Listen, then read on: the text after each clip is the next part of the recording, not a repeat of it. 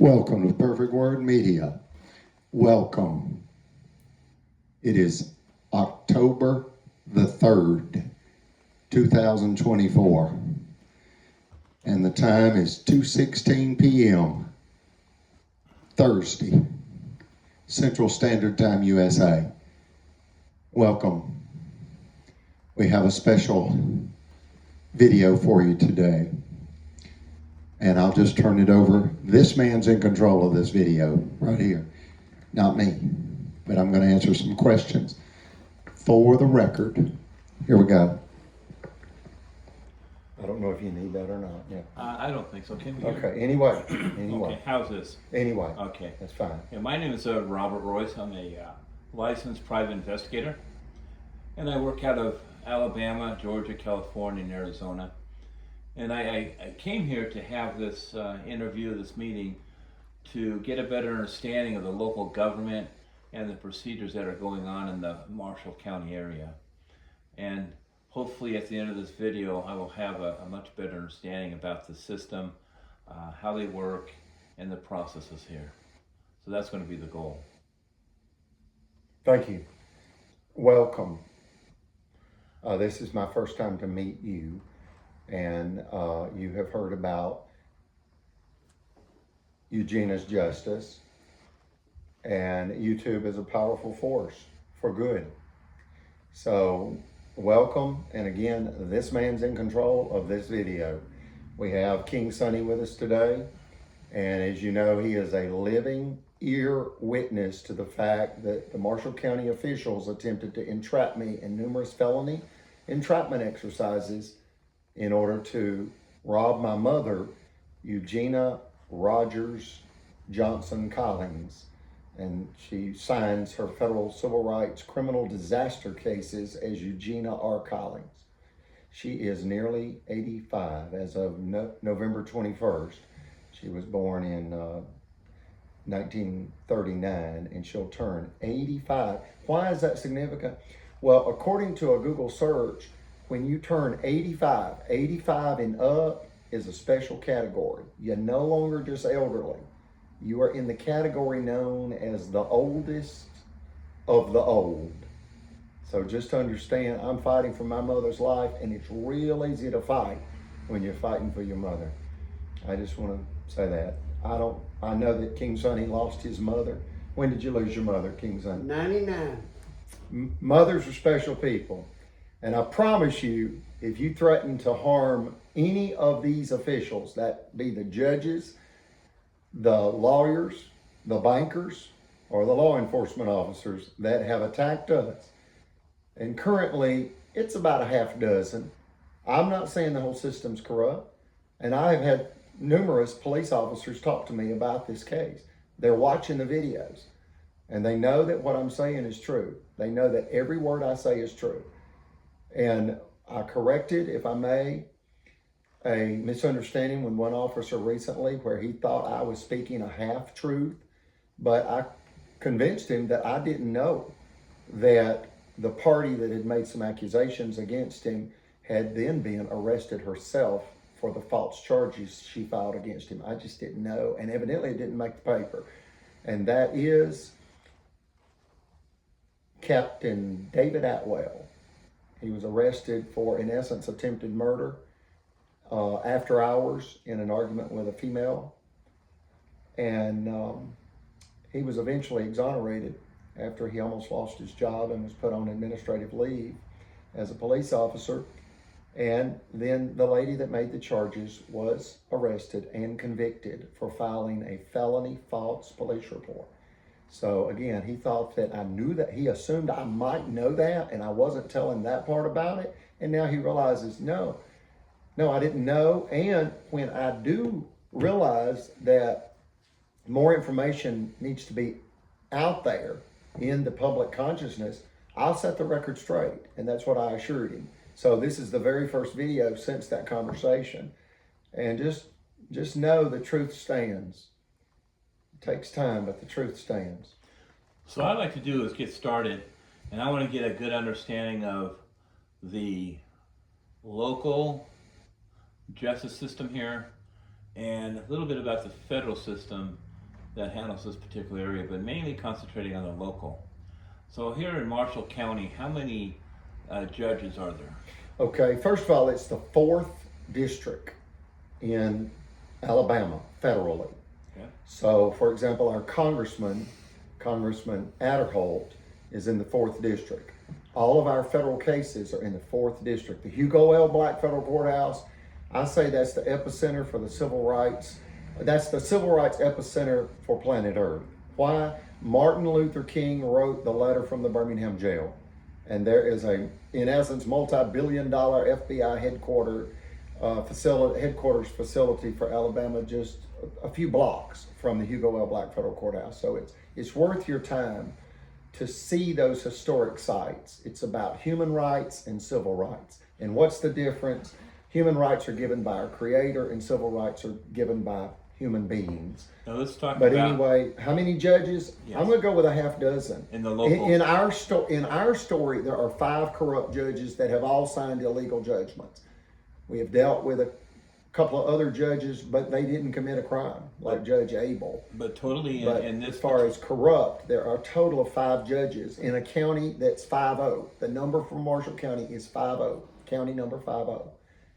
and they have 5 judges. To my knowledge, they have, I know there's a corrupt district judge, Mitch Floyd, a corrupt circuit court judge that is the senior judge, Timothy Francis Riley. He committed I say felony crime. 2 attorneys said it's not legally possible. He signed a zero restitution order against my mother when she had $40,000 stolen from her, and that occurred when the Supreme Court ruling was released that exposed the corruption of Marshall County. In the Supreme Court of Alabama, with a unanimous verdict, a final judgment order, and it was unanimous, and that's case number 105-1726, Federal Credit Inc. versus Greg Fuller. But I don't really know how many judges there are total. I Now, just know there are 5 in our case. Okay, in your case, in Judge Floyd and Judge Riley, Yes. is that considered superior court? That's considered Marshall County Courthouse. And you got Riley as the senior circuit court judge. And then you have Floyd as the district court judge. And what A about lower court that deals with, property evictions and small claims. I think it goes up to $20,000. what about Judge Abel? Judge Abel, he's a circuit court judge. I believe he is a circuit court judge. And frankly, ain't got no dirt on Abel. I mean, he's never offended me. And also, there's a fairly new district attorney in this county, Oh, yeah. Yes. Miss Bray. Jennifer Bray. God save Jennifer Bray's honorable court.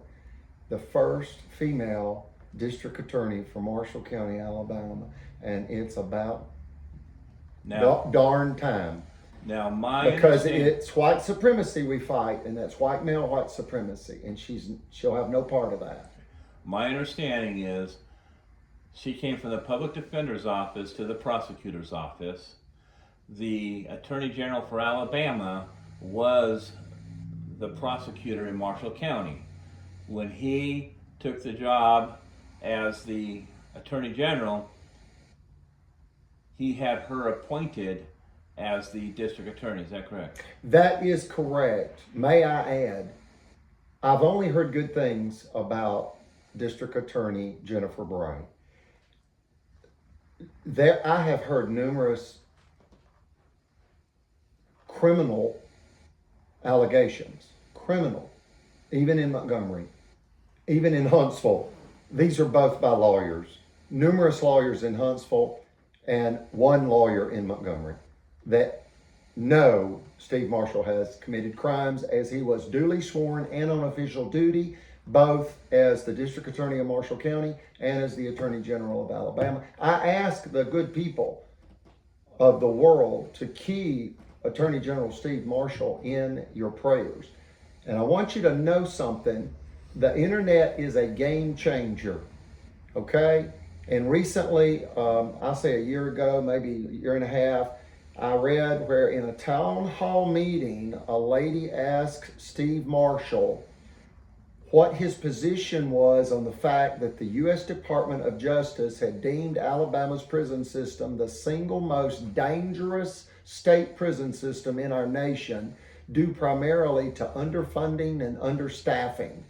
And in round numbers, it was something like the Alabama Department of Corrections needed 3,500 correctional officers, and they didn't even have 1,000. Something like that. But it's a staffing issue, and it's a sanitation issue.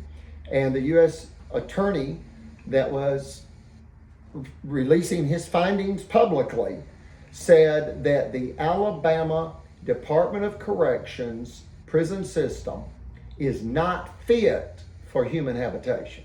It's not fit for human habitation.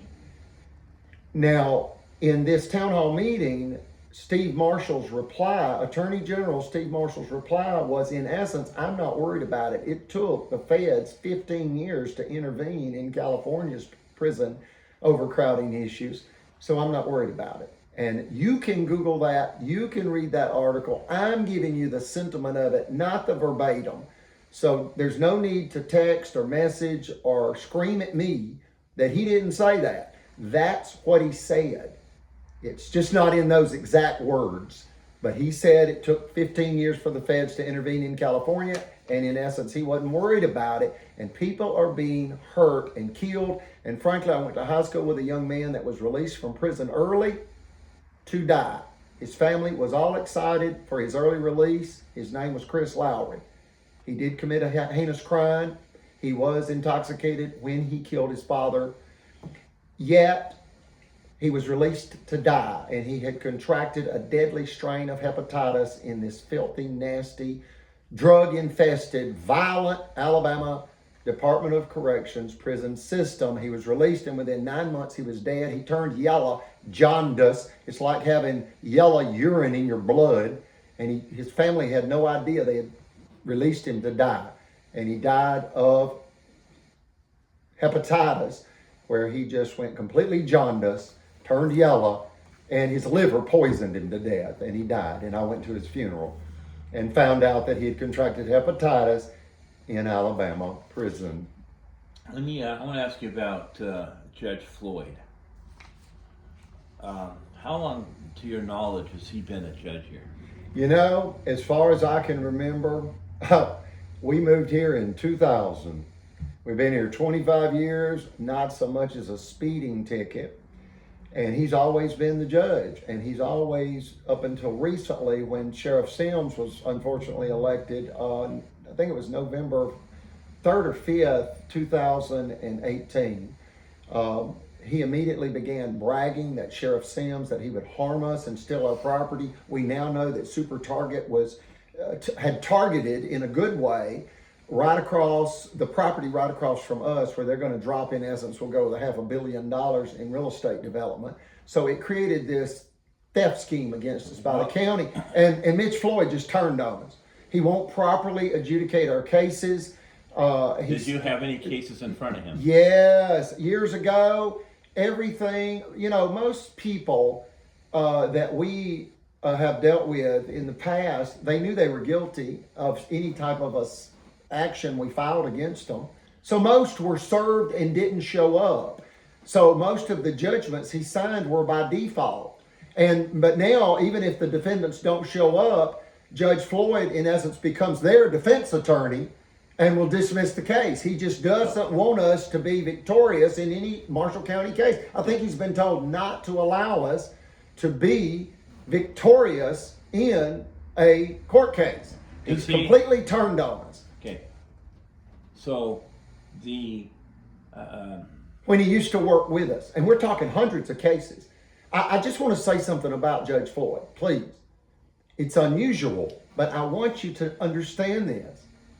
In Alabama, if you've got 23 finance offices, which we did, until Marshall County's political tyranny, this corrupt criminal tyranny, bankrupted us out of revenge for their $5 million extortion scheme in the Supreme Court. When we had 23 finance offices, we were filing all the court cases for the whole 23 office conglomerate through this one home office. And you can do that in Alabama. If someone owes you money in an office in Huntsville, you can file it in Marshall County and they will transfer it to Huntsville. So he was handling hundreds, if not thousands, of small claims cases for us. Okay, And he was working with us years ago. He, meaning Judge Floyd. Yeah, Judge Floyd, he handled hundreds, if not thousands, of court cases for us through the years. Up to that point. It's on record. Up to that point, did you feel that he was fair?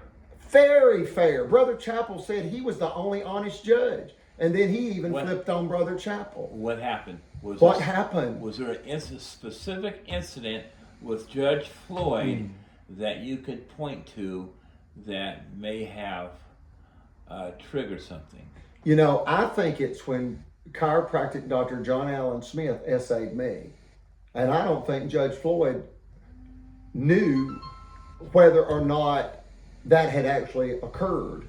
And it's one of those situations where when you completely understand everything in its context, you believe me. And this chiropractor is one of the most concerning and dangerous predators in the entire Eugenia justice story. This man has a waiting room designed like a little boy's bedroom, painted baby blue. He caters to little boys. And he essayed me on April 15th, 2019, right after Sheriff Sims declared the declaration of theft against my mother. Okay, now Judge Floyd then flipped at that time. And it was with that case. He didn't want to hear it. And he just kept dismissing it no matter what evidence I provided. I asked for anything, mediation, help. I filed with the ABI in Huntsville in writing and the FBI in Gadsden in writing because I could not go to the city and or county because I knew they had ordered and or condoned it and that they were involved in it directly and or indirectly.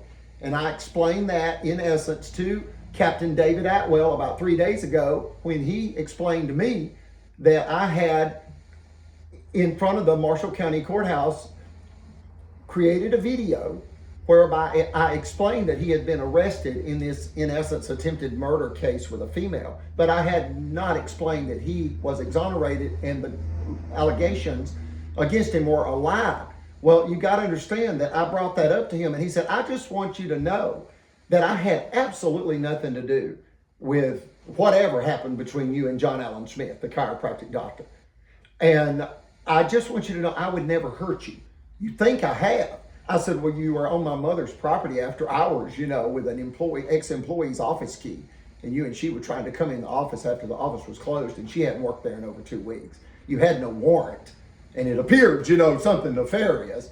Okay, then the next time Brother Chappell and I saw you at Albertville City and in front of a police captain, you threatened me. And you said, if you don't keep your mouth shut, I'm going to put your ASS in jail. And that was about 5:30 a.m. one morning. It was still dark outside and Brother Chappell was with me and another captain was there. Brother Chappell and I had gone up there about drug activity that we knew about. And we wanted to put a stop to it. We knew that they were trading in narcotics, prescription drugs. So that's why we were up there, and that's why we were up there at 5:30 in the morning. He burst in the meeting uninvited, evidently intimidated or in fear that I was talking about him being caught at my mother's office after hours on January 2nd. Notice, right after New Year's Eve, they thought I would be drunk and hungover. They've tried to make me out to be this pill-popping, partying pervert, and I'm not. I'm absolutely not.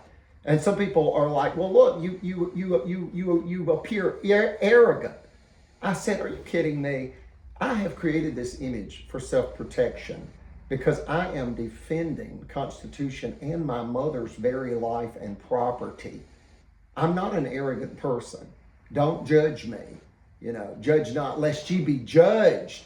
But I'm making a point that David Atwell made that point to me, that he had nothing to do with the doctor essaying me within days of him threatening me that he would put me in jail if I didn't keep my mouth shut, evidently about catching him stepping on my mother's land after dark without a warrant. And it appeared he was here to plant evidence. And then after that, you have a state trooper posing as a state trooper, and you find out he's a prison guard with a badge and gun, dressed in a suit and tie without the coat, claiming he's an off-duty state trooper, and he tried to ply me with alcohol. He planted narcotics on me. He planted an illegal firearm on me. And this man right here is a witness. Is all that true, King Sonny? Yes or no? Loud and clear. Yes, it is. Yes, it is. That is the concern for the children of the world. If you don't think you're involved in this and you're an American citizen, then you don't understand the facts of the Eugenia Justice case. And the point I'm talking about is the fact that I told David Atwell, your position as a police officer is so overwhelmingly powerful that people will attack me and hurt me just by knowing that you are upset with me or that you want me injured in some way. And it was very clear that you threatened me. If you don't keep your mouth shut, I'll put your ASS in jail. And just that threat. And he said, well, I'm not saying that I didn't say that, but I don't remember.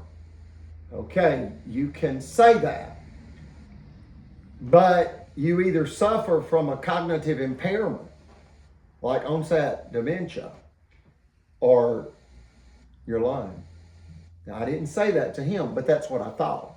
So I just want you to know these people play, I call it the Marshall County Shuffle, but it has killed Brother Chappell. It has almost killed my mother. It's almost killed King Sonny. I know that's another story. My mother and I and King Sonny have all been admitted to the emergency room for stress-related trauma regarding the takedown by the Alabama KKK kleptocracy, and kleptocracy means ruled by thieves. So I know that we're going to tell the truth, the whole truth, and nothing but the truth. But understand the value of that conversation with Captain David Atwell. He's the captain at night, evidently. I didn't expect him to approach me, but he did, and it was a good meeting. But I want you to understand the value of it. He wanted to make sure that I understood that he would never hurt me, is what he said, and that he had nothing to do with whatever happened with the chiropractor. And I said, when an officer, through even nonverbal communication, expresses contempt and anger at a civilian, it was unjustified. He had been lied to, evidently, possibly by the girl that got him to come in down here. I don't know. But I'm simply telling the people and you, and as I told him, I'm not saying that you directly ordered me SA'd out of retaliation. But what I'm telling you is you didn't have to. You showed anger toward me. And someone else got it done for you, whether they told you they got it done or not. They did it. And it created PTSD in me. That is permanent. That is permanent. There's no cure for PTSD. There's only treatment. Another question about... It's about precedent. That's the point. It's about precedent. This whole story is about precedent. And it's like when Judge Riley issued zero restitution, it created a precedent that my mother was not worthy of justice. And the truth was she had opposed and exposed the Alabama KKK kleptocracy in the Supreme Court of Alabama. They completely and totally and unanimously sided with her with no financial redress, even after she had statutory immunity denied her, granted her, frankly, by George C. Wallace, Governor George C. Wallace. He's the one that issued and enacted statutory immunity in the use of a 10-day bad check notice. Marshall County, Alabama is violating federal law, state law, and that means the law of Alabama that is passed by the legislature and endorsed and thereby passed and enacted by the governor. You've got to understand that is the crux to this case. These judges in Marshall County, and currently it's Riley and Floyd, they are violating the law of the land, law that the Alabama legislature decided would be the law, and decided through the governor and the Alabama Constitution of 1901 that specifically in Section 35 provides protection for the Alabama citizen against tyranny, against abusive government. The founding fathers of Alabama wanted the citizens of Alabama to be protected as much as the United States Constitution wants the American citizens to be protected. And Alabama has a problem in Marshall County. It is criminal tyranny, and they're violating laws passed by the entire legislature of Alabama. They decide who can be protected by law. They have gone way above the law. They're out of bounds. And they're trying to end my mother's life by way of stress and financial ruin and social disgrace. My mother will be exonerated of all these allegations, as will I, and she will be exalted on this earth and restored to her proper standing. She is a godly Southern lady, and they tried to besmirch my mother, and it must stop before they kill her. They're using old KKK tactics and new Nazi warfare tactics against my mother. And it must stop. They want revenge for my mother opposing them and exposing them in the Alabama Supreme Court. When she filed that, they came to destroy her. When she took it out of Marshall County and to Montgomery County, they knew my mother would get justice. And she did, according to law, but without any financial redress, because they claimed qualified immunity and received it, even after they denied my mother the protection of Alabama and United States of America law, and even after they denied my mother statutory immunity granted by the legislature of Alabama in 1972 and enacted by the governor of Alabama, George C. Wallace. He would flip in his grave if he knew what Marshall County had become. And I'll tell you right now what Marshall County is: a radical evil force, an absolute radical evil force.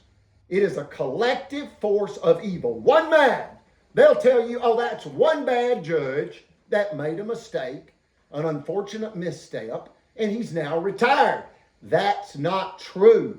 It's one man. They sit around one table. I've been in the judge's chamber.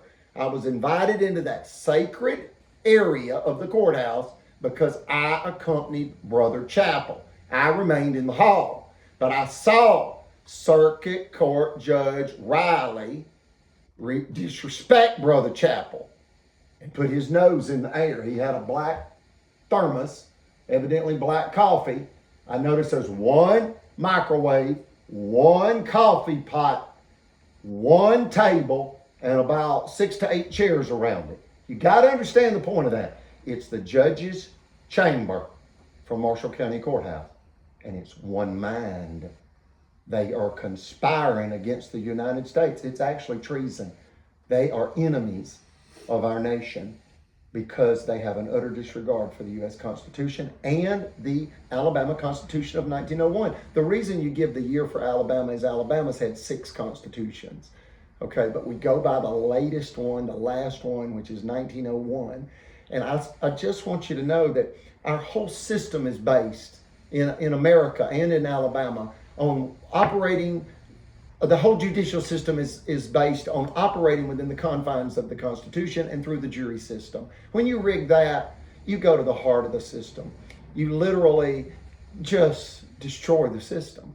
And Alabama's known for it. You can Google all-white juries in Alabama, an all-white jury tampered verdict in Alabama, or just all-white Alabama jury. When you put in all-white, you realize there's something amiss, and they illegally convicted African Americans for hundreds of years with rigged juries. And all these people have one thing in common: they don't miss a Sunday prayer service. Rank hypocrisy, rank duplicity, they all go into the same radical, frankly, Southern Baptist church. Most of my family are Baptists. They're good faith Baptists. Roy Moore goes to Brother King Sonny's church. Real quick, how you know Roy Moore, King Sonny? That's the Chief Justice of Alabama Supreme Court. Now he's an attorney in Montgomery. He stepped down, but anyway, or was, he wanted the 10 Commandments in the courtroom. It was a separation of church and state thing. But anyway, how do you know him, real quick? He's the best friend to me, went to school with him, and my brother is married to his oldest sister. And I've been knowing Roy for about 52 years, a straight man. Thank you for that. And when he took the case, you knew that Eugenia was going to get proper restitution. But what happened is he stepped down, was whatever. What happened to him, real quick? Why is he no longer the Chief Justice of the Alabama Supreme Court? He was found to be in error regarding wanting the Ten Commandments in his courtroom. Yeah. Some people call it grandstanding. Yeah. He was sincerely wrong according to the Constitution, but there are those that say he was morally right and he was putting his faith and trust in God above everything. So that's a whole nother subject, but you can't violate the Constitution. You'll lose your power and authority, if you do. But I just want you to know that is a notable distinction. And that's that Roy Moore, and I want to say this about him. Most people, whether it be Donald J. Trump or Kamala Harris or anybody else, when you have extraordinary power and thereby control and influence over other people, you're going to have those that love you and those that absolutely despise you. And it's this, this dichotomy.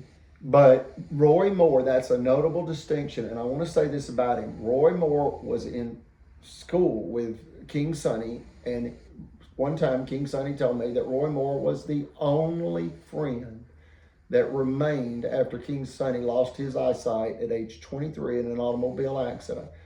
He lived in the housing projects with his mother. And Roy Moore continued to visit him as a friend and check on him throughout his whole life.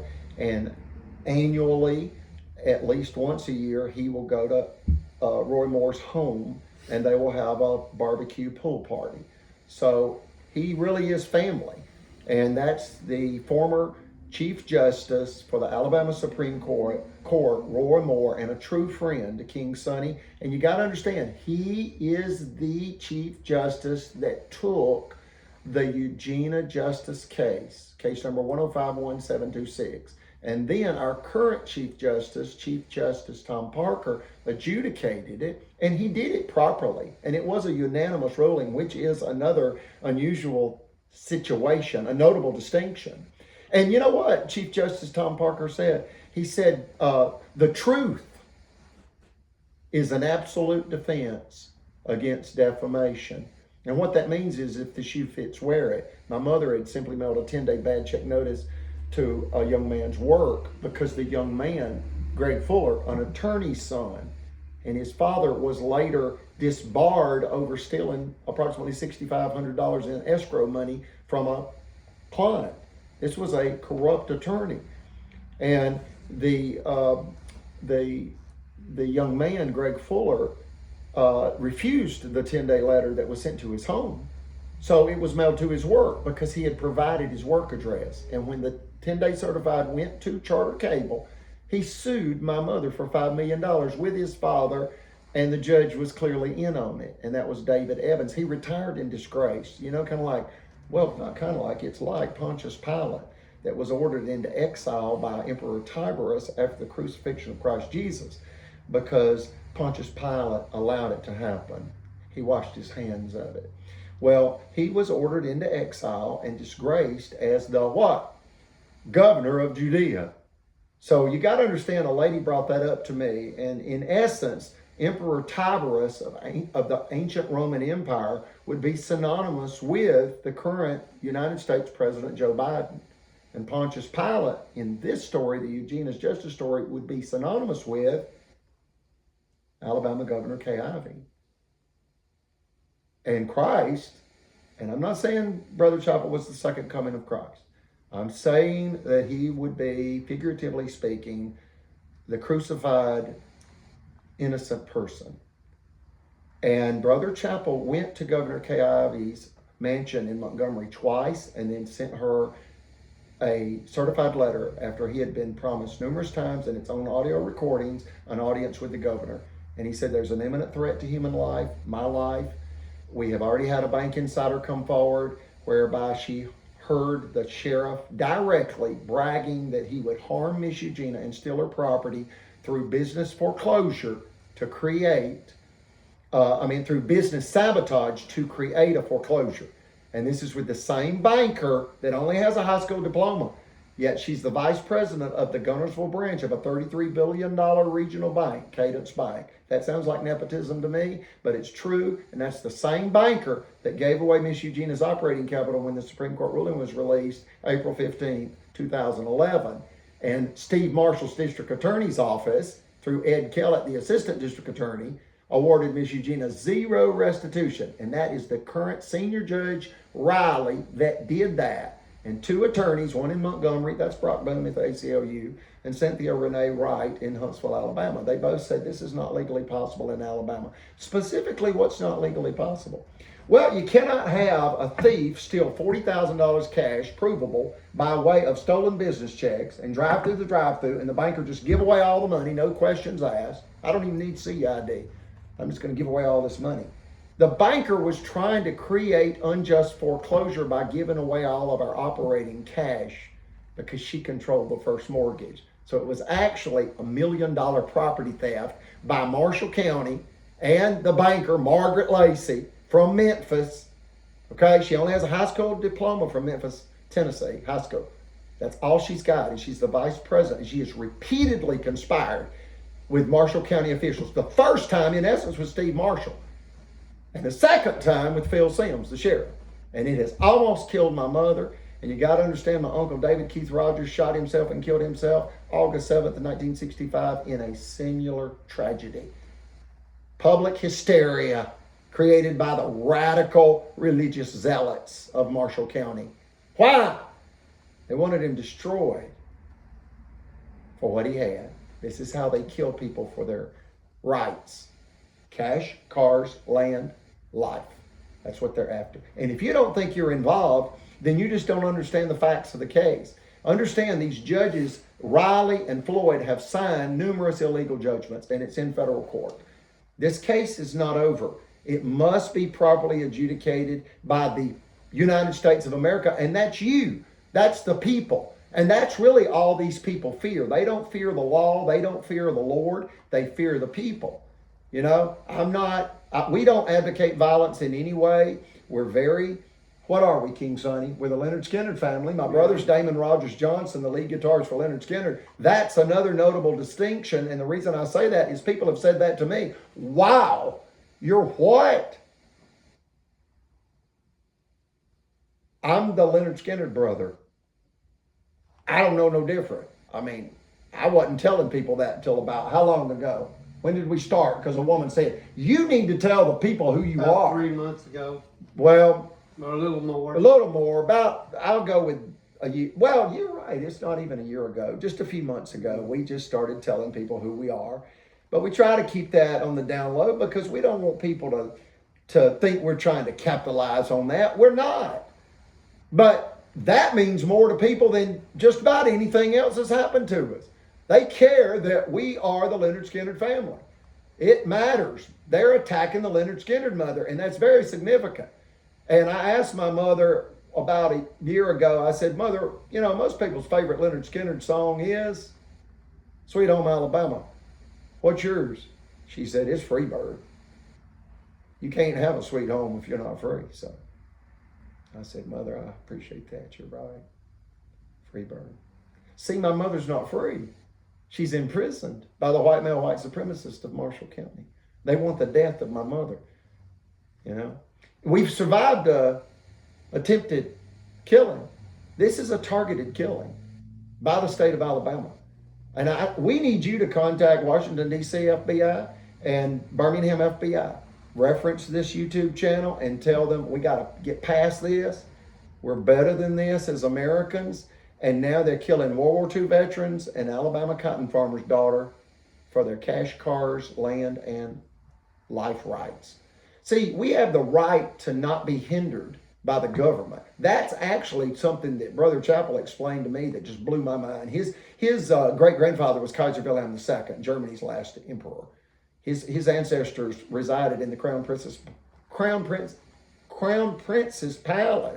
The prince, as in male, the Crown Prince's palace of Berlin, Germany, for about 250 years. That's Brother Chappell's family.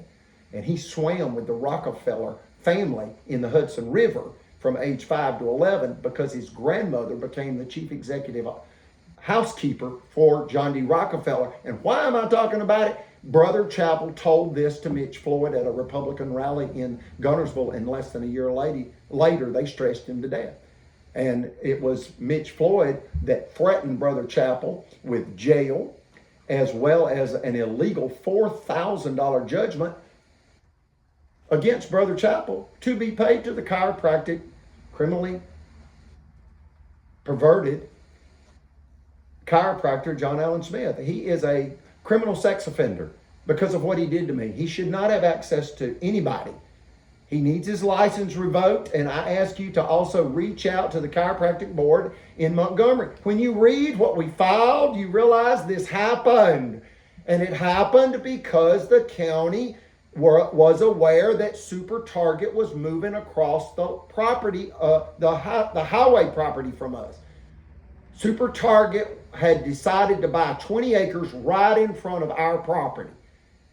And the officials entered a confidential real estate agreement whereby they could not buy our property at one price knowing it was about to double or triple. They couldn't do that. It was part of their confidentiality agreement.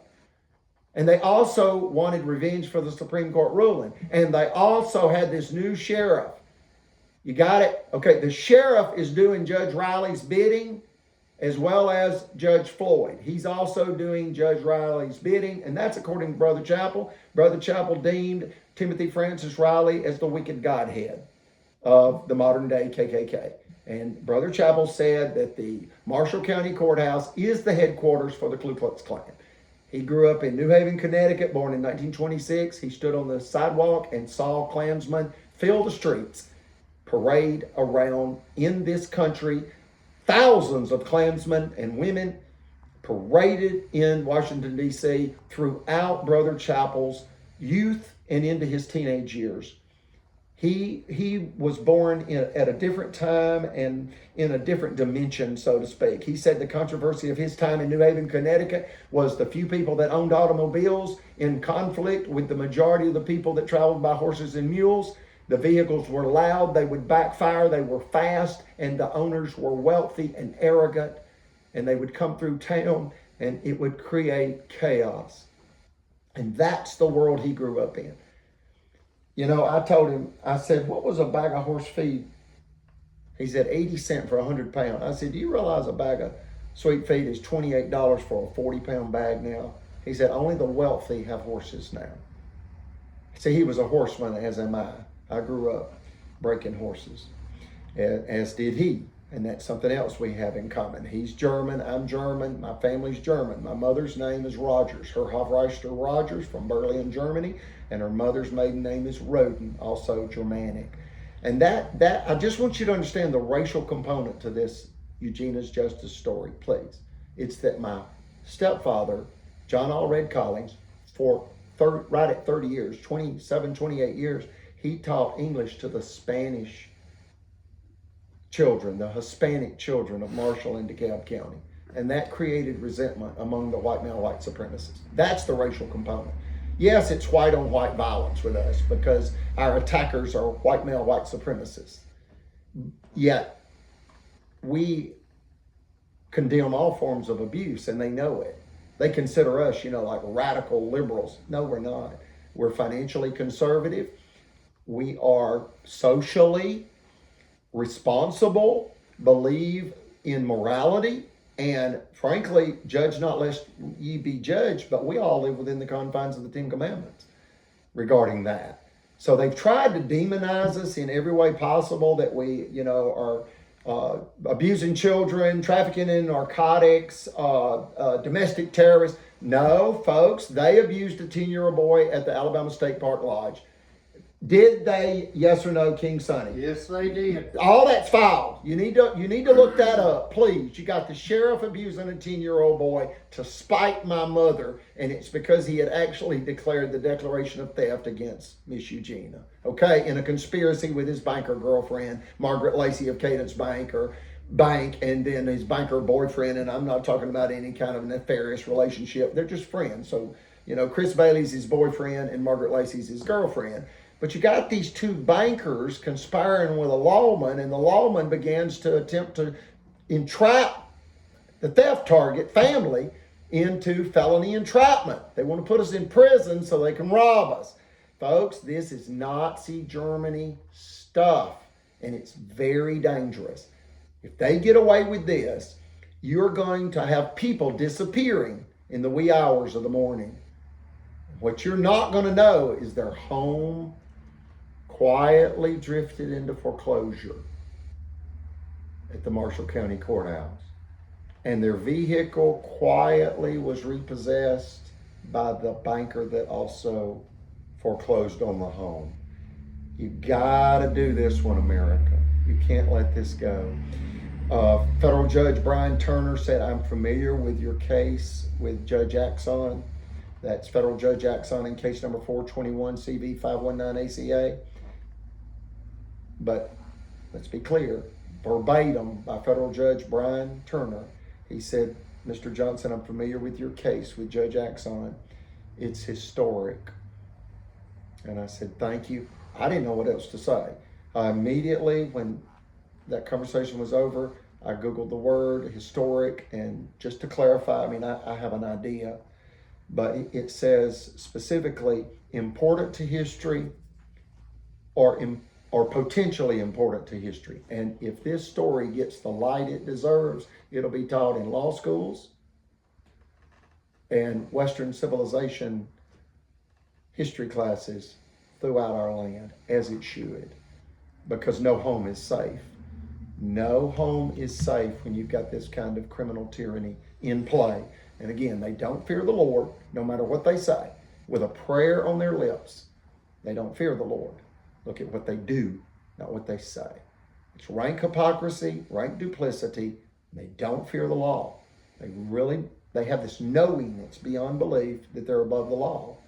They learned the law to rig the system. And they know what they must rig to rig the system. And it's two things: the jury and have a disregard for the Constitution. When you do that, you can get away with anything. And I won't even say the word, but it starts with M, you can just do anything you want. And don't think for a minute it's not about theft. It can all be summarized in one word. It's theft. They've attacked us again because we stopped them stealing $5 million in an extortion scheme. That's what happened. They don't want you to know that. They fear exposure to the public. And I'm not advocating violence, but it's a Marie Antoinette moment. Just study the French. America's never had the guillotine, but we have had firing squads. I'm not advocating violence. These people need to quietly be sentenced to life without parole in a federal penitentiary. They'll be safe. They can do this, and you can do this. And what is that? They can do life without parole in federal custody. And you can bring Eugenia justice. And we ask that you do that. Okay, any statements, King Sonny? Has everything I've said been true? Yes. Yes or no? Yes. Yes. Okay, are you a living ear witness because you're 100% blind? True. To just about everything I've said. Yes. For example, you weren't with me when I spoke to Sergeant David Atwell, No. that's a captain at night. He was a sergeant. He's a captain evidently at night. But all this other that I brought you into, this pure truth testimony, you are a first-hand witness, and you are aware that Sheriff Phil Sims, through a prison guard, attempted to entrap me in very dangerous schemes of narcotics, firearm, and alcohol, and even an uninvited sexual advance by Brian Roberts that impersonated an Alabama state trooper. Yes or no? Yes. Boom! Folks, a lady at the Dollar General at High Point, you heard that too. Why don't you? You didn't know that I was going to bring that up. You talk about a public safety hazard. What did the lady say at the High Point Dollar General? And have we said we were going to bring this up in this video today? We've not said anything about bringing this up, Have we or have we not? No. No. We've not said we would talk about High Point Dollar General. Just briefly, what did the mother say to us after we were backing out of the Dollar General? And she walked up to the limo and said, "Aren't you the man that does the videos in front of the Marshall County Courthouse for civil rights?" Yes. And I said, "Yes." And she said, "Well, I knew you were. I just wanted to open the conversation with that." Okay, take it from here and do it on this microphone, please, good sir. Just tell the good people of the world what the mother said and speak it. Don't hold nothing back. But if you've got to say something that is vulgar, spell it. I will. But she came running up to the car as we were backing out, and she asked what the chief just said. And we told her yes. You know, and she seen me too. And you were in the right front passenger Yes, I was. Area of the limousine. Yes. And I was in the driver's because I'm the chauffeur for the Leonard Skinner family limousine. Yes, right. Go ahead. Now take it. What else And did she say? she in the asked parking us, lot? could we help her? And we said, how? She said, my son's in prison. She said, it's about a 3.5 hour drive from here. But she didn't say which prison. Right. And But she she didn't said- even have the gas money to go visit him. Right. Remember that? She's like, Yes, I'm true. destitute. She- I have no money. She didn't have the money to go see him, but she said her son was being abused in the federal, the prison. In the state In prison of Alabama. Yes. We think it's Montgomery. Yeah, I believe so. And so- how? She said that the guard would take the son, like to a doctor's appointment, take him down the road and stop, and there'd be 5 other men there waiting on him. And they would all 5 have sexual abuse this young man. And when they got through, the guard would get him back in the vehicle and take him back to the prison. And she wanted us to see if we could help her, and we kept asking her name, and she would never tell us. But we gave her our card to She call agreed to call us, and but then she has not. She seemed afraid. Yeah, she was. She fears retaliation. Yeah, She fears that they'll put her in prison. yeah. And she said her son had been caught doing what? Stealing a TV at Walmart. Walmart where? She didn't say Well, what, but she's Gunnersville is what Gunnersville. we assume. Yeah, it was Gunnersville Walmart. Yep. And why am I bringing this part up? This young man can be found, even though she didn't want to tell. She actually told his name, and I didn't write it down. True, because we did I not. was in shock. Yes. That because you've got an Alabama prison guard planting firearms or a firearm, narcotics, and trying to ply me with alcohol and executing an uninvited sexual advance against me, impersonating an Alabama state trooper Yes. that's off duty. Yes. And he was actually trying to put me in state prison so the sheriff could steal $1 million property before Super Target moved in across the highway. That is true, Chief. Okay, But, and why am I we- bringing it up? You've got another Alabama prison guard. Yep. And this prison guard is pimping out the prisoner. Yep. And he's probably pimping out women too. This is dangerous. And frankly, I am shocked. But this is what it means when Alabama has the single most dangerous prison system in our nation. Yes. And Steve Marshall evidently has no concern. No. Evidently, he says, I'm not involved. Yes. It's time to get involved. But look, you can't reform these white male white supremacists. You have to replace them. And we ask that you elect judges of only the female gender for the next 100 years plus in Marshall County. But the lady that we were talking to, we told her we would be able to, try to help her shooting the videos. We would do this. Wouldn't cost her nothing. And we would pick her up and take her with us to shoot the video if she wished. But she just started backing up and backing up. You could tell she was scared. She was scared. scared they'll put her in prison. Yeah, but and they she can't. said they have put her husband in prison. Yeah. You remember that? Yes, they did. That her husband's been put in prison and her son, she said this. And look, you got to understand something. She said that and you remember what I asked her? I said, would you please, I said, I don't care what your son is doing. but he's not to be abused. Right. I don't care what crime he's committed. The state has custody of him, and he's not to be further abused. Right. While in their custody, he's to be reformed. Yes. It's the Department of Corrections, Yes. not the Department of Unusual. What? What do you call it in the Constitution? Cruel and unusual punishment. Yeah. It's not supposed to be the Alabama Department of Cruel and Unusual Punishment. It's supposed to be the Alabama Department of Corrections. But what did I ask her about her son's history as a human? Or do you want me to tell Do you? tell. Okay, because but when I say it, you'll remember. I said, just tell me, has he ever had a methamphetamine problem?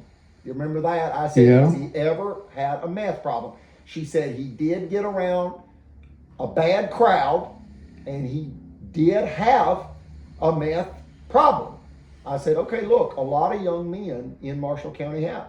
And until the police get a hold on the drug problem, they're not going to have proper control of the people. Don't Right. you agree, Keith? Yeah. That the root of all this is all this drug and gun violence that's going on here in America that has spilled over the border. It used to just be primarily in Mexico with the drug cartels, and now you're seeing you got to understand this about that. Please, I know a young man that's just received amnesty because he was kidnapped by the drug cartel. His late model truck was also stolen from him at machine gun. The threat of being killed by machine gun. So they stole a $20,000 truck, and his family had to pay a $20,000 ransom, and then he got amnesty. And what I am bringing that up for is the problem with Mexico's crime is the drug cartel conspires with corrupt officials. And in essence, they can murder somebody, and if a police officer's watching it, they can hand him 5 or 10 grand, and he'll say, I didn't see nothing. You see that? Well, you've got an American version of these criminals conspiring with the officials. And understand, it's 4 groups. The first 2 are state agents, the judges and the lawmen. That's Judge Riley, Judge Floyd, and Phil Sims specifically. Then you've got another group. That's the civilians, but they're corporate executives. That's the bankers and the lawyers. You bring those 4 together, you're going to have people disappearing in the middle of the night. Yeah. And you're going to have their home going into foreclosure quietly. You're not going to know it. But And then you're going to have their vehicles going into repossession quietly. And this criminal syndicate, this American Mafia-style criminal syndicate, has become dangerously greedy. It's beyond cruel, unbridled greed. It is cruel, unbridled death. Yes. They kill people's rights, their lives. It's materialism, it's egotism, and it is run amok in Marshall County. Yes, And but- we need help, or we're going to lose our democracy to these tyrants. And let's be clear. In my opinion, Jefferson Davis should have been tried and convicted of treason after the Civil War. I know that's controversial, but I don't think the Capitol riots of January 6th, 2001 would have happened if Jefferson Davis had been tried and convicted for treason. Mm-hmm. But Chief, And let me please make my point, please. Please let me make this point. This is treason, what these people have done. In the Civil War, people said the South's committed treason against our nation. And only about 42 years after Alabama had been admitted in the Union by who? President James Monroe. Okay? But please understand, and under the guise of a school of ministry, President James Monroe was duped. He didn't know it was this radical religious white male, white supremacy stuff. Brother Chappell said it's radical Islamic terrorism with a Christian twist. Well, it drug us into the Civil War, and it's dragging us down again. And just to understand this about white male, white supremacy. When the blacks were freed in 1865, the Ku Klux Klan was formed. When the women received the right to vote, there was a backlash, and the white male white supremacists said, according to God, women are to submit to men, they're not to be involved in politics, and in essence, they're to be domestic slaves. No, they're helpmates and they're equal in spirit to men, and they have rights now, property rights and whatnot. That's why we say only humans of the female gender should be elected to Marshall County high office, and especially the judges, for at least the next 100 years. And the Marshall County Courthouse must be converted to what, King Sonny? Say it. Well, really, we need all women. That's what we need. Well, I thought it was going to be a men's shelter for veterans. Oh, the courthouse, yes, Yeah, the yes. courthouse Yeah, needs yes. to be a veteran shelter. Yes. Like for Brother Chapel. Yes. You know, World War II veterans and Yes. Vietnam vets and Yep. Korean vets. So they're not homeless. Mhm. You know, even if it's barracks. Yeah, You know, like Army barrack, just shelter. yeah, But we need a new courthouse to Yes. start afresh, and the feds will help us with that. And we need to convert the current headquarters for the Ku Klux Klan, which is the Marshall County Courthouse. We need to convert that into a veteran shelter. yes. Even again, if it's just, we're not talking about a 5-star luxury hotel. We're talking about bare bones, basic shelter, barracks. Even if it's temporary, but no veteran should be homeless in the United States. Yeah. So understand my point. After women got the right to vote in 1920, what happened? Blacks got their right to vote in 1965, and we know what happened in Selma and all over Alabama, okay? That's what Sweet Home Alabama song is about, that not all Southern men are backwoods thugs and racist. That's what that song means, that we condemn all forms of abuse and especially criminal tyranny. That's what Ronnie Van Zant was saying, who died in a fiery plane crash 2 months after Elvis Aaron Presley, October 20th, 1977. He wrote those songs, and he was also the lead singer. And understand that after 1965, and look, each one of these is, you've got about a 40 to 60 time span. Our country is going in and out of social conflict and utter disaster like the Civil War. And then the Civil Rights era was actually another civil war. It was a race war. Okay, now we're in a gender war, a culture war, because the LGBTQ plus community got the right to vote for marriage, whether they wanted to marry or not, in 2015. And now we're dealing with another backlash. And just understand that they made homophobic, deadly, slanderous slurs against Brother Chapel because he was a retired Boy Scout master of 20 years in Clearwater, Florida, and he displayed himself with Eagle Scouts and Boy Scouts. Some of those photos are on our videos. But understand, they will target you with anything. They've thrown everything they could at us, and that killed Brother Chapel. Okay? But this is a misogynistic, homophobic civil rights crime.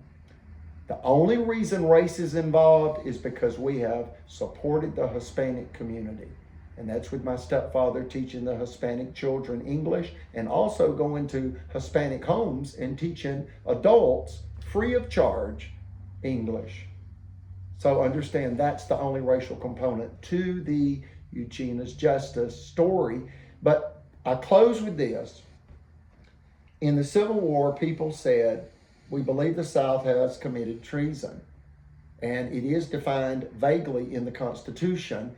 So what happened is they clarified that in a 1962 law, Congress did, 1 year after the Civil War started. Clarified what? Treason.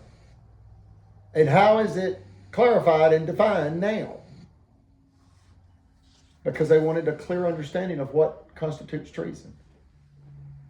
To provide aid and comfort to enemies of the United States. And when you understand the Eugenius Justice story, you understand that in a perfect world, these villains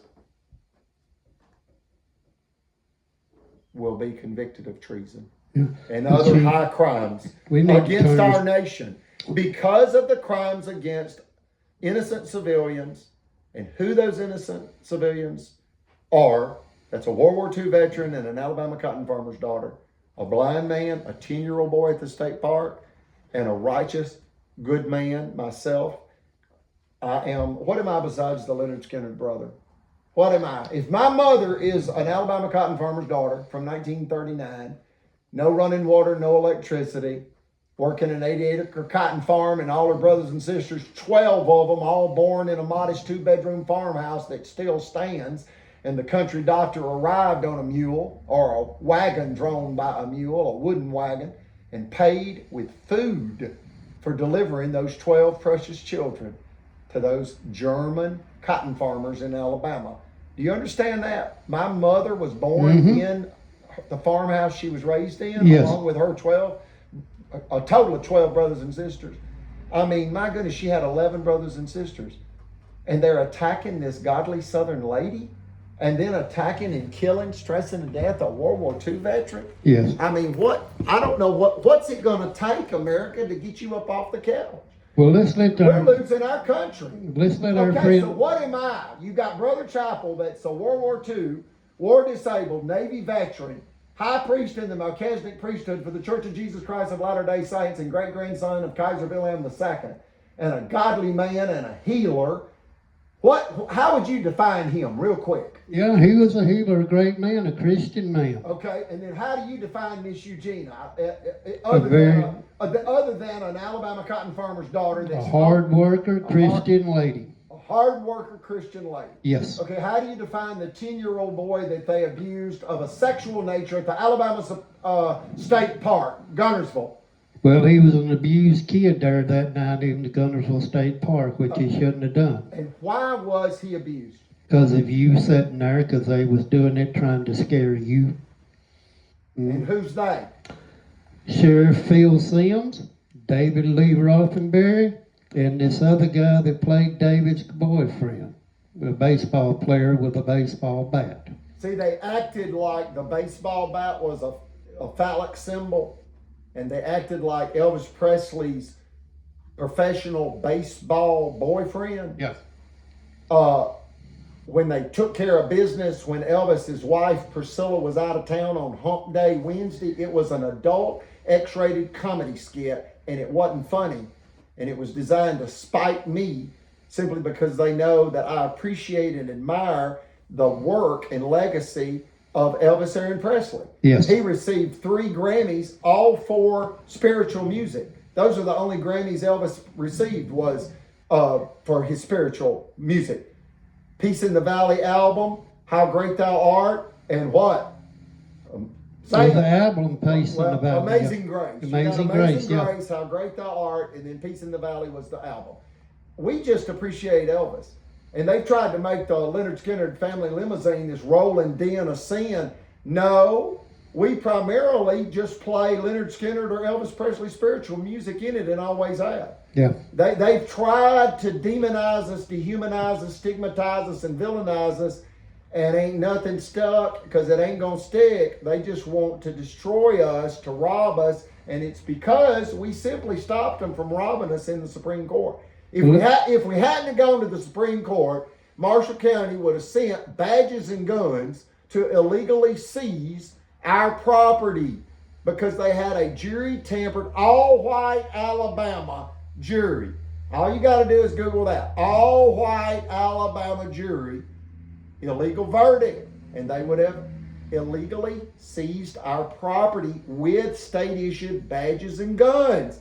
If we hadn't gone and asked Chief Justice Roy Moore to take our case, they would have robbed us. Okay? They've now retaliated because the Supreme Court did the right thing, and it's their ruling. One man said this about that. They're mad at you, and it wasn't even your ruling. I said, you got it. It wasn't my ruling. It wasn't my ruling. That's the unanimous Supreme Court. Take it up with Chief Justice Tom Parker. He adjudicated it. Take it up with Chief Justice Roy Moore. He chose to take the case. You got to understand the Supreme Court. They receive 3,000 or 4,000 cases a year and only adjudicate a few, relative few, because they micromanage every element of that case. And I want to say one thing about that. I remember, because it was a defamation case, the Supreme Court was so thorough, they even said no false information was found on the envelope, the 10-day notice, or even the return address.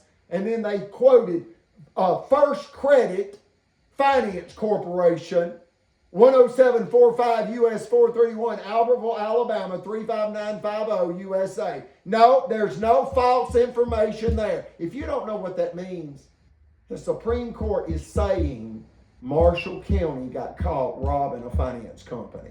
Chief, let's let our friend finish up his questions. And claiming that Eugenia R. Collins deserved to lose everything and be discredited to ever being licensed with the FDIC as a money services business because she was an unscrupulous finance company owner. Do you understand what I just said? The Supreme Court said they sued her for $5 million for defamation. They called her a liar. They are liars calling her a liar. Not even the return address had any false information in it. Do y'all get that? Do y'all all get the thoroughness of the Supreme Court?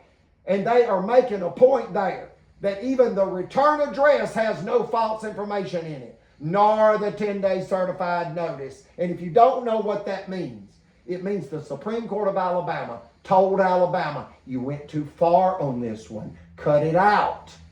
But they didn't stop. They came back to steal the brick and mortar finance company home office that the Supreme Court stopped them in a $5 million cash extortion scheme in.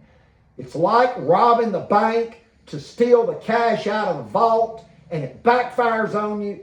You wait 8 years, and then you are caught in a real estate scheme trying to steal the actual bank building, parking lot, and mailbox, and building itself. If we can't have the cash out of the vault, we will win in the end by stealing the dirt, the parking lot, the building, the windows, the doors. We're gonna get the bank if we can't get the bank's cash. You get it? And because it was owned and is owned 100% by a female, they believed they had the God-given right, and they believe they do to this day. Yes. Okay, now what? You described the young man, the little 10-year-old boy. You described Brother Chappell. You described Eugenia. Describe yourself as other than a blind man, or the fact that you, what are you? What is your knowingness, so to speak, of yourself? Well, I know everything that went on, because I'm... You're a witness. Okay, witness, what else? How do you describe yourself? Well, I tell the truth is what I do, because that's what God put me on this earth to do. And I walk with Him and I talk with Him because I know there is a God and I believe in Him. So that's what you're supposed to do. You believe in Him and know that, well, there is one. You walk with Him and you talk with Him and walk in His footprints. So could you say, and I know this is what you're saying, but in a simple way, that you know what you are and you know who you are? Yeah. And that is a child of God. Yes. And you have received power with authority from the Son, Christ Jesus, through His atonement. Yes. And you know this, and you fear and love the Lord, and always speak the truth. Right. So what's the simplest way of saying that? That you're just a good Christian man? Yes. Okay. God's children. You're a child of God. You're one of God's children. And that nobody's better than anybody else here on earth. See, that's something else. They try to make us out to be these radical liberals. No, we're not. We just know that no one's better than anybody else here on earth. This white supremacy has got to stop, because in essence they say, you can't do everything I can do because I'm privileged, because I'm white, and I live in Alabama. That's got to stop. It's collective criminally insane, and it's killing people because it's actually just a theft scheme. They steal people's cash, cars, land, property. Somebody asked, what's the difference in land and property? Property is land with buildings on it, okay? And they just steal people's lives and their rights. And they believe they're above the law.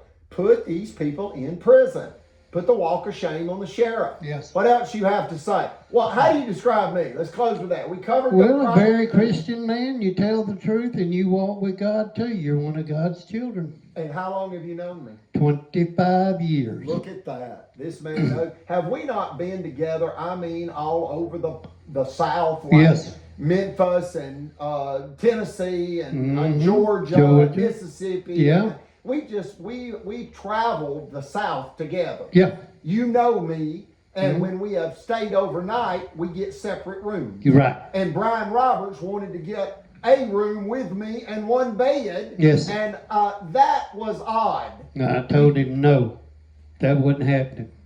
That he would not. You would not do that. He was on a mission Yes. to try to smear me. Do you agree with that? Yes.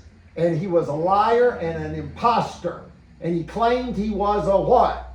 A state trooper when he was just a prison guard's all he was. Look at that. A state trooper. And look at this. How did he prove to us he was a state trooper? At restaurants. With his badge. And what else would he do at restaurants when we would pay, or when I would pay? He would do what? Like at Western Sizzling Fort Payne. Oh, he would tell them that we deserved a discount. Why? because he was a state trooper. So we would receive how much off? A great deal. How much? Do you recall? No, not Okay, even. I paid for it. It was 10% off. Yeah. He would tell the manager that he's an Alabama state trooper, off duty, badge and gun. He'd show his badge. He'd flash the badge. Respect the badge, folks. This is a dangerous civil rights crime. Yes. The Marshall County Courthouse is a civil rights disaster area because of all the illegal judgments that have been signed down there. And then the Monroe compound right here at 10745, US 431, Albertville, Alabama 35950 USA is also a federal criminal civil rights disaster area because of the crimes that have been committed and the killing of Brother Chapel here. Yes. And the near killing of me. Our building has been set on fire 8 times in the past 2 years. This is how they do it. They try to, it's domestic terror. That's what this is. This is domestic terror. So, King Sonny, any other statements regarding, statements or questions? No. We just need to let our young man here ask his questions to finish up here with us. Okay. That's what we need to do. Okay, we're going to do that now. I just want to thank you for your pure truth testimony, and I would also like to take the moment here. Robert Ross, is that right? Royce, like Rolls Royce. Yes, sir. I want to thank you for allowing me to video it. And when we pulled up in the limousine, I said to King Sonny, tell him, what did I say, King Sonny? Just tell him real quick. What did I say? Here. Say it. Well, when we pulled up here, you said we were waiting on a young man from, to Georgia to come and talk to us and interview us. Yeah, but what did I say about me videoing? And Well, what you did said you said direct an order to, and I said I wouldn't think so. No, see, look, but what I'm saying is Roy said, No problem. What happened is we pulled up in the long black Cadillac limousine, and Mr. Royce pulled up shortly thereafter. I mean, within 3 minutes, maybe 5. And I said, you know what, King Sonny, I'd love to videotape this, but I don't know about asking him. And he said, I wouldn't. I'd just let that go. This is his interview. I said, okay. Well, I asked him. He said, sure, turn it on. Aren't you glad we turned it on, King Sonny? Mm-hmm. Here, you're not on mic. We're closing it out. But are you glad we turned on the video? Yes, here's the mic. Yes, I'm very glad we got the interview, to record this. On video. On video. Because it's turned into something we didn't expect. But if he's got any more questions, let him ask us and we'll try to answer it the best we Because can. I know what you want. I brought it up where Fort Payne, No. Western Sizzling, Boaz, is that not what you're wanting to do? We'll go to eventually. Well, that's what he's wanting to do, is go to Western Not System. really. Where do you want to go? Bathroom. Okay, let me do that. Well, just go ahead and finish. Hey, if you've got to go, I'll lead you over there to the restroom and turn you loose at the door. We'll do Okay. an interview. Okay, so He's come a long let's way. close it out. Whatever. I don't have a problem with the time. I'm fighting for my mother, and it's not a problem for me when you're fighting for your mother's life. So I'm at your mercy, and I'm here to serve the Lord and the truth and the Spirit. And let me just say this about the Spirit, because I said this to actually Alton Paget, that's my father's age, nearly 90, like 86 years old, 87 on my father and 86 on Alton Paget. And he did a video with us yesterday at his farm. But anyway, a young man about 12 years old came up to me about 2 years ago, and he said this. And the reason I say it, it's about misogyny. Women must be respected all the time. And this young man said, Brother Johnson, he knew I was in the church, and he said, Brother Johnson, you know the Holy Ghost is a woman. And I said, I've never thought of it. Why do you say that? And he said, well, everybody knows you can't have a baby without a woman.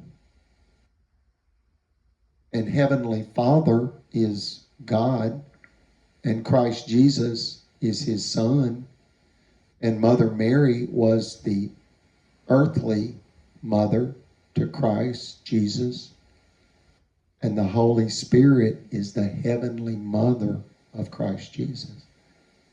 It's Father, Mother, and Son. Heavenly Father, Holy Ghost, or Holy Spirit, either one you're comfortable with, and the Son of God. I said, I'll take that. I like that. Yeah, I agree with that. I've never thought of it, but I like that. I believe that.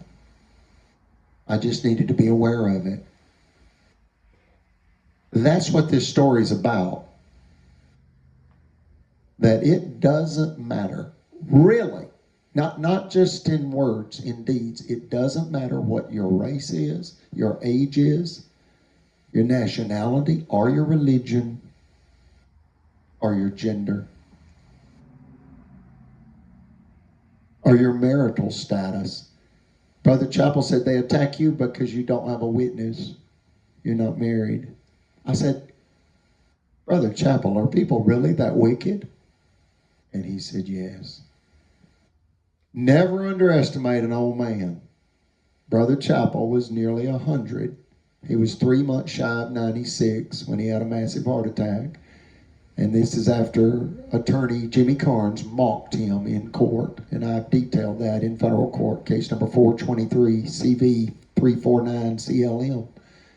Never underestimate an old man. And Brother Chappell said some very powerful quotes regarding Eugenia's justice. I'll say just two and turn the mic over to Mr. Royce. Number one, I'm going to give you three. They can't do this on a federal level. They just can't do it on a federal level. They beg for guidance. And to him, they were all young men. He's nearly 100, and they're in their 50s and 60s. He saw them as young men that begged for guidance. He said the Supreme Court issued a stern spanking, a scathing rebuke, and they didn't like it. And instead of improving the county, they set out to destroy the female finance company owner that they had targeted for theft, deeming her unworthy of justice. So they really just revealed themselves to be the real diabolical, dangerous, criminal thieves that they are. And they will kill people for their rights and their property and their lives. They're very dangerous. I don't know of anything more dangerous than a dangerous criminal with qualified immunity. That's why a dirty cop or a child abuser is the most reviled criminal all over the world.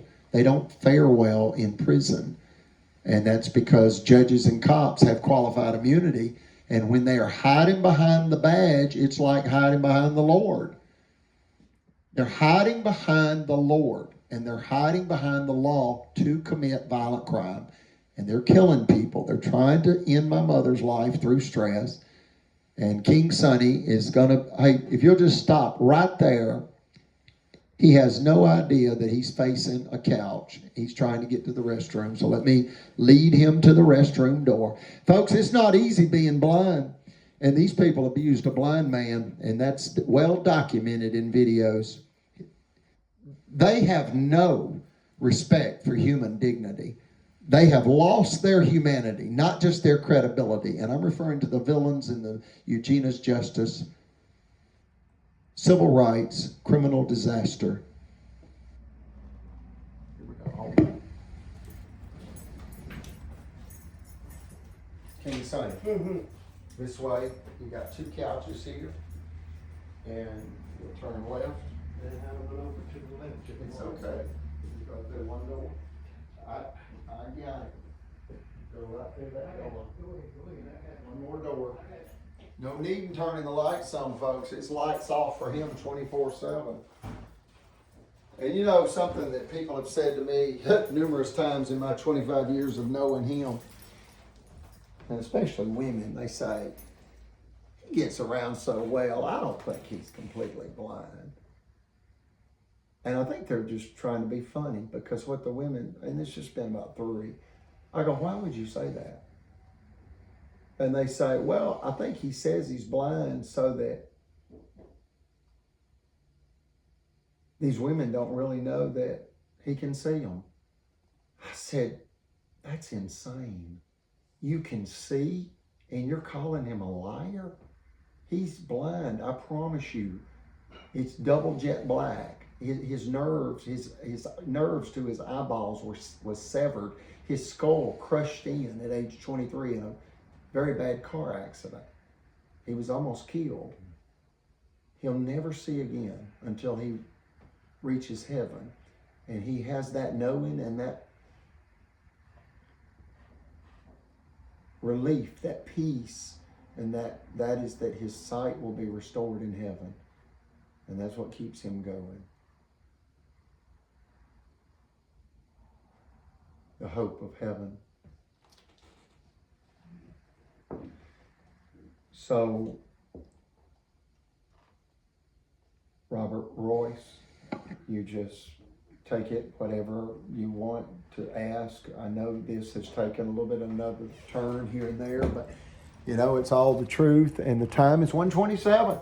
And we did an 1.5-hour video in Pinson yesterday with 4 family friends that have known me for around 2 decades, you know, and the King Sonny. The reason they call him King Sonny, his name is Charles Keith Barksdale. When he became blind, people nicknamed him Sonny because he has such a optimistic disposition and very positive. He's a very sociable person. And when people began to find out that he is literally one of 3 original Elvis Aaron Presley Memphis Mafia members, because he met and interacted with Elvis Aaron Presley in the 70s as a truck driver in Las Vegas. And then in Birmingham at the Birmingham Jefferson Civic Center, Elvis Presley's chief bodyguard, Sonny West, inducted him in a formal and dignified ceremony into the original Elvis Aaron Presley Memphis Mafia. So when he was then renamed King Sonny, that's a nod to the king of rock and roll. And if you notice, his glasses say TCB on it, and his crucifix, he has a fascination with Elvis. And he primarily listens to Elvis. How many songs? He primarily listens to Elvis music. And we've been to Graceland many times, haven't we, King Sonny? Oh, yes. Okay, come on forward. So, you know, once he went to the restroom, he can make it back out. But he's 100% blind, and he's perfectly okay. Go a little bit to the left, and there's your chair. To the left. To your left. To your left. No. To your left, yes. To your left. That way? Go left 2 feet. That way? Yes, sir. That's my right. I'm sorry. Oh, goodness. Look, I'm tired. Forgive me. Forgive me, please. Straight ahead, right. It's my left, your right. I misspoke. We're backwards. I misspoke on that. Thank you, I Tom. consider Thank that you. an unfortunate misstep. Fist bump on that. Don't worry But about look, it. notice I didn't want you to keep going the wrong way. Yeah. Okay, I yeah, appreciate to that. your left. Okay, you can tell I need to eat. I've not eaten anything all day. Join the crowd. I'm looking forward to Western sizzling, but whatever. I don't have to eat. I can just eat And by you got 8 any more o'clock. questions you want to Hey, look. His only concern was the bank by 5, and it's 3:46. Does that give you a little bit of relief there? Yeah, it's 3:46, and the bank closes at 5. Because as we were walking through, he said, "All I need to do is the bank," and I said, "Okay, all I need to do is the bank." Well, we've got an hour and 15 minutes to do the bank, and the bank is about 3.5 miles away, so no worries. All right. No worries. I can get that I'll get- limo. It's loud and clear I'll on get the going. mouth. You have to go the mic close. Yeah, I'll get going here. It's okay. For the people viewing throughout Georgia and Alabama, I do a lot of checking on governments, small rural governments, and they all have one thing in common: is there's a lot of questionable activity that they engage in. Not It's all. about a corrupt system. It's very corrupt. Yes. Most, not all, but most of them are in it for themselves.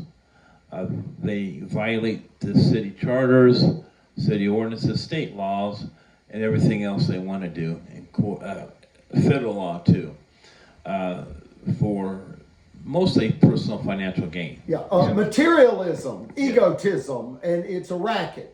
If I may just say one quick thing, and I promise you it won't be a minute. Recently, a high-powered journalist was referring to politicians in Washington, D.C. and throughout our country, and he made a very important point.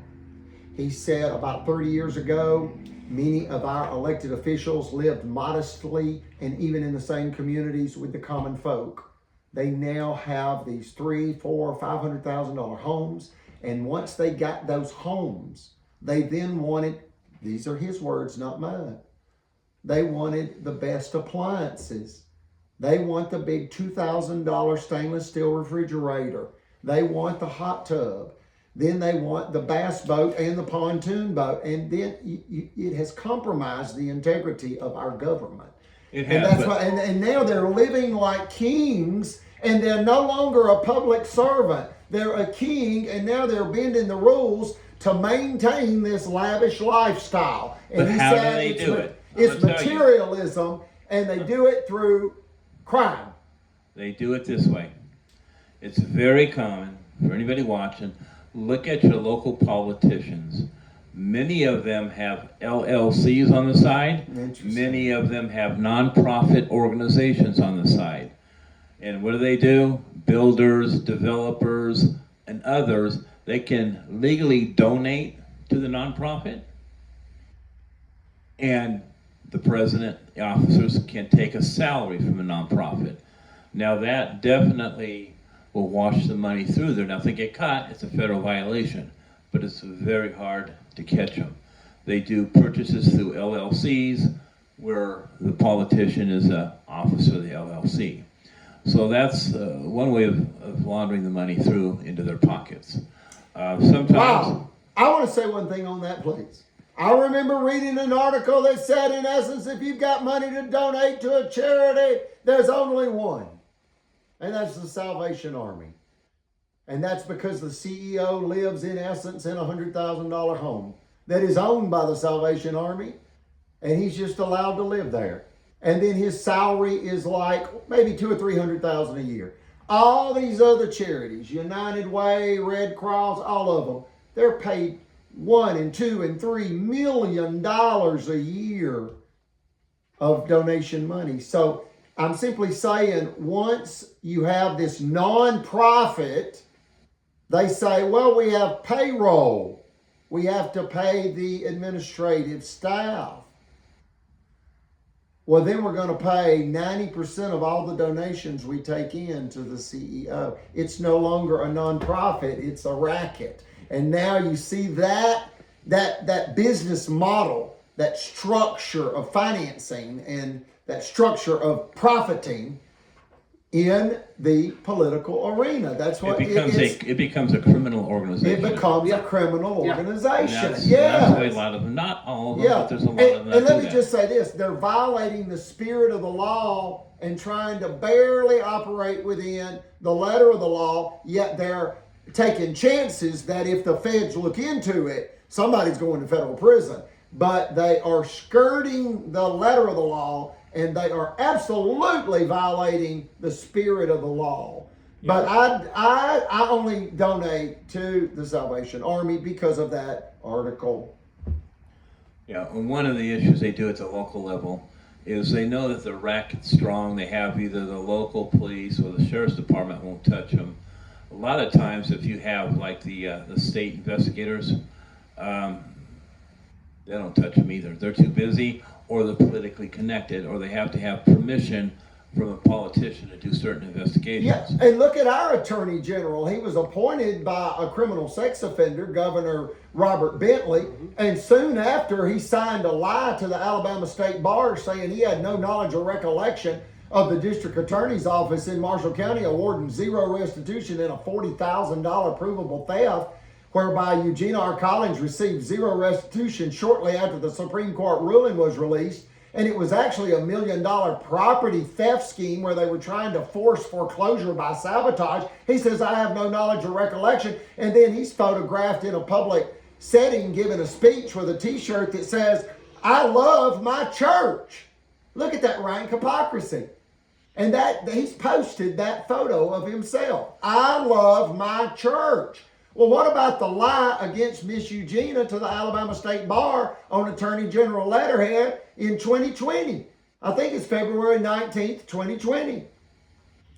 Well, it goes back to what you said earlier, and I have personally came across this on many, many occasions. Yeah, that got my mother targeted, and it has almost killed her, and it ended the life by way of targeting Brother Chappell. I mean, that's dangerous. But how these people will... Because it's saying no justice for this person. Okay? It's how a lot of these people come together is, especially I've seen in the South, is they play on the church. They hide behind the Lord. That's the way people say that here. How do you say it, King Sonny? That's it. They hide behind the Lord. That's the common. way people communicate that. It's very common. It's hypocrisy. It's rank hypocrisy and rank duplicity. And it goes right into classism. Classism is very important because they think that they are much better than everyone else. And they think they deserve more than everyone. Privilege. They believe they're privileged because they're white. And it's really a state of insanity. Because nobody's better than anyone else here on earth. I'll give you an example. There's a mayor in Georgia. He calls himself the Great White Hunter. He goes on social media with an admitted racist. And he's been asked numerous times, hey, if you made a mistake going on social media, apologize to the people. He refuses to apologize for sharing social media with an admitted racist. Wow. And if I may, I was at Lowe's and a young man that helped me with some plumbing issues, he said this, in essence, I'm familiar with your story, Miss Eugenia's Justice. And I want to recommend a song. It's by DC Talk. This is what he said. What if I stumble? And so I pulled up the song on YouTube when I got in the vehicle, the limo, and it displayed a quote before the song. I'm just going to read that quote because it's about hypocrisy, and that's what this young man is saying. These young people get this. This guy's probably 28 years old, and he gets it, and he realizes that if something's not done quick, he'll have no country. He'll be a slave. Our kids won't have nothing. Yeah. So anyway, just this quote says the greatest single cause of atheism in the world today is Christians who acknowledge Christ Jesus with their lips, then walk out the door and deny him by their lifestyle. That is what an unbelieving world simply finds unbelievable. It's a level of rank hypocrisy that just shocks the conscience, that these people are making such a mockery of the Lord, and the Lord will not be mocked. The Bible says that. The Bible says this. How dare you trust your own cleverness? The Lord will not be mocked. You will not outthink the Lord. You better live right, and you better love and fear the Lord, because the Lord will not be mocked. And these people mock the Lord. They mock the law. And what else do they mock? They mock the people that elected them. That's who they mock. And that's who they really fear. They don't fear the feds. They don't fear the Lord. They fear the people turning on them, just like Marie Antoinette. When the people turned on Marie Antoinette, and it's these words, let them eat cake. You got to understand the short version of that. The people of France were starving. They didn't even have porridge. And what is porridge? Dry oats, as in oatmeal that's just dry. And they didn't even have dry oats, even dirty water to put in dry oats to eat. They were starving to death in France. And a man said to Marie Antoinette, the people are starving in the street, and she's living this elaborate lifestyle. And she's got all these decorative cakes, gourmet cakes, decoratively made, all this gourmet food. And she laughingly says, oh, let them eat cake. Well, when the public heard that arrogance and that she was just criminally insane, tyranny knows no restraint. What did they say about Queen Marie Antoinette, the Queen of France, King Sonny? Say it. Off with her head. Off with her head. And she went to the guillotine. So anyway, the public, they don't put up with it. Look, the world, which is the public, they demand felonious leaders fallen. They demand, ultimately, their leaders be honorable and courageous. And felonious leaders fallen. In other words, the public, the world demands wicked leaders brought down, just like Adolf Hitler and other leaders. They run for a while. Hitler just had a 12-year run, folks. It was a short run. Alabama wants to emulate him in all this glory. It was not good. You know, he was a lunatic. He was a drug-addicted lunatic, diabolical psychopath. And he only had a 12-year run. The devil runs on short term, and then he's brought down. Don't let them bring our democracy to ruin. In closing, in helping here, I got to start at the local level and get a good understanding of what's going on. So I'm kind of looking for anybody out there who also has had contact with Judge Mitch Floyd and has experienced any kind of discrimination or behavior that was abnormal for a judge to display. I would like to... If I may, Yes. He was caught, and it can be verified, and it was several years ago now, but he was caught stealing palm trees, and I believe it's in Gulf Shores.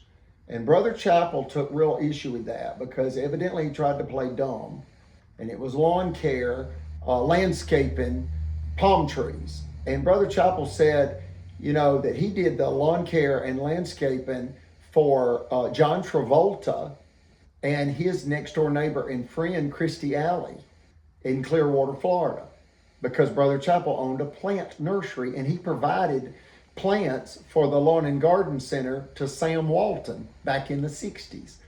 Look at the interaction Brother Chappell had. But he said those palm trees, he said, I can remember selling them even in the 80s for $2,500 a piece. Well, Mitch Floyd was caught stealing one or more palm trees And it was because evidently, this is what I've heard, but it could be looked into, okay? But they found out he was in law school, and the charges were either reduced or dropped. And that really should be looked into, because I believe he may have some type of a character flaw. Some people have impulse disorders, and I have a degree from Auburn, and I can remember in psychology, and I can remember the professor one time saying a gambling addict is not only not curable, but it's an inherited trait. And in essence, I said, Professor, are you telling me that humans are born with the propensity to play blackjack and poker? I don't think you're telling me that, are you? He said, not at all. They're born with an impulse disorder where they can't stop themselves. And that can bleed over into, for example, sex, drugs, money, which is gambling or spendthrift. And then I add two more. He ended there, sex, drugs, and money. Well, I add radical ideologies, whether that's political, religious, whatever, and revenge. And if you can't control your urges, you can't control your impulse disorder. If you have an impulse disorder, and that comes from fetal alcohol syndrome, if your family or your ancestors are alcoholics, you can have these impulse disorders. Or if you are if there's been inbreeding in your family. And I'm not saying any of that applies to Judge Mitch Floyd. I'm simply saying that it has been confirmed that he was caught, and it's my understanding, in a felony crime of theft several years ago. And if he hadn't been in law school, he would have probably gone to prison. But it was told to me that it was expensive landscaping plants. You know, like where a landscaping company left some palm trees out overnight to be planted the next day with a backhoe.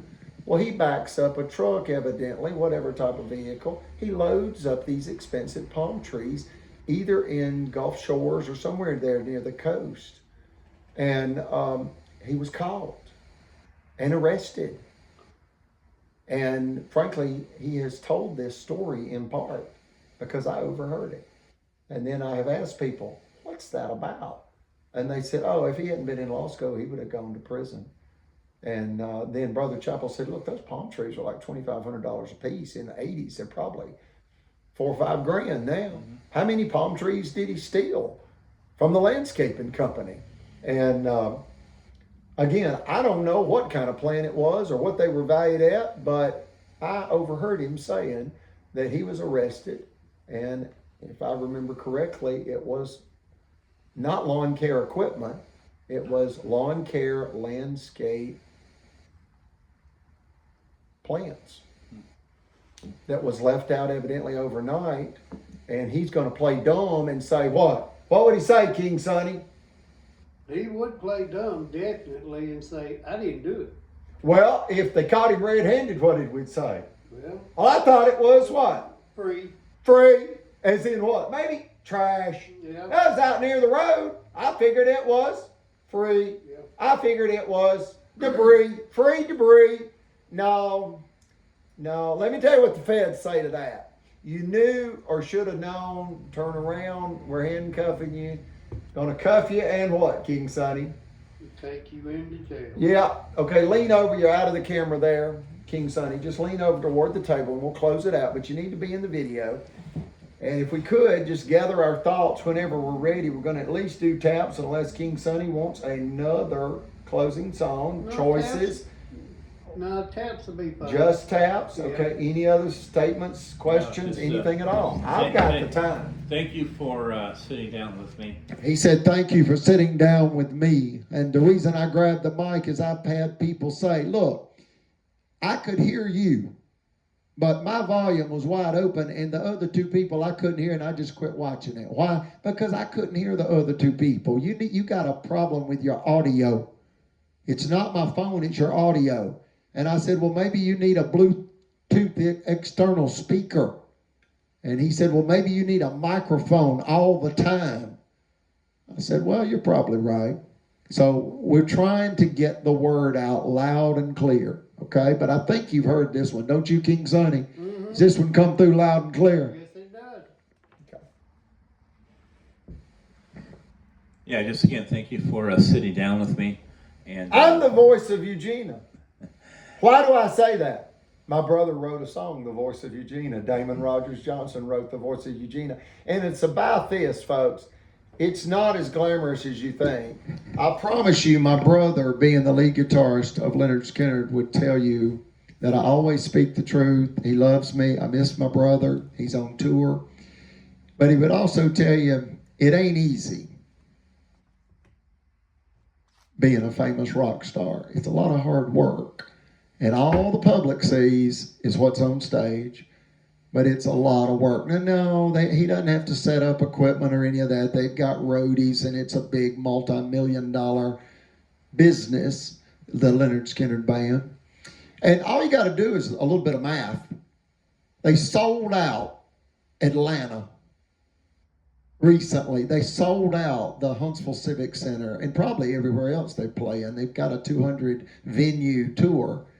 But when we went, King Sonny and I went over and saw Leonard Skinner at Huntsville, you know, full backstage passes and all that. But anyway, all you got to do is realize that the cheapest seats there were basically $100 a piece, and some of them were $500 and $600.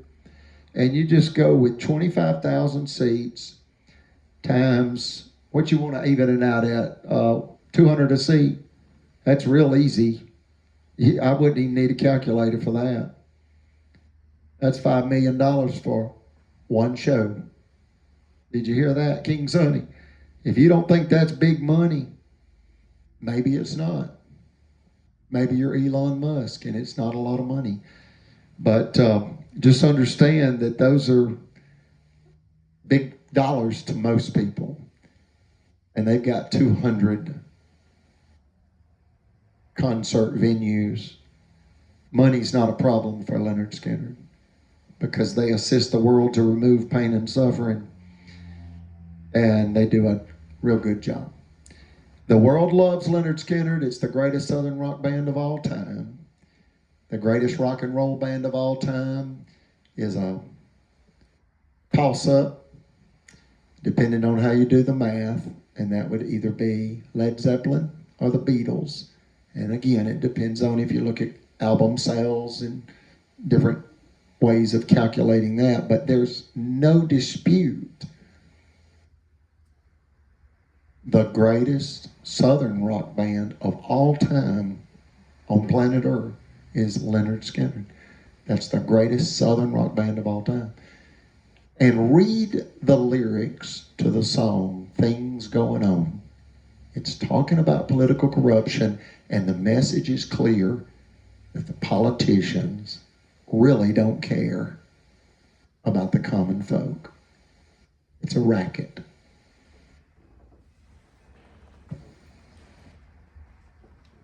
Any songs or just taps? It's up to y'all. We always close with taps. Taps would be great. Unless we, okay. You said absolutely what? Taps. Absolutely taps. Okay, we're going to do taps. We had a police officer recently say, I watch all your videos and I know when they're at the end because you always play taps, and it makes me think of my grandfather that was a World War II veteran. I said, yes, sir, we'll always play taps. I like that Lee Greenwood, what's the name of that song, King Sonny? I know it, I'm asking if you do. God bless the USA. You got it. But we'll just pass on it today. Pass on Whitney Houston's Star Spangled Banner too. Well, Mr. Royce. Taps. Just go with taps. Here we go. Taps. Okay.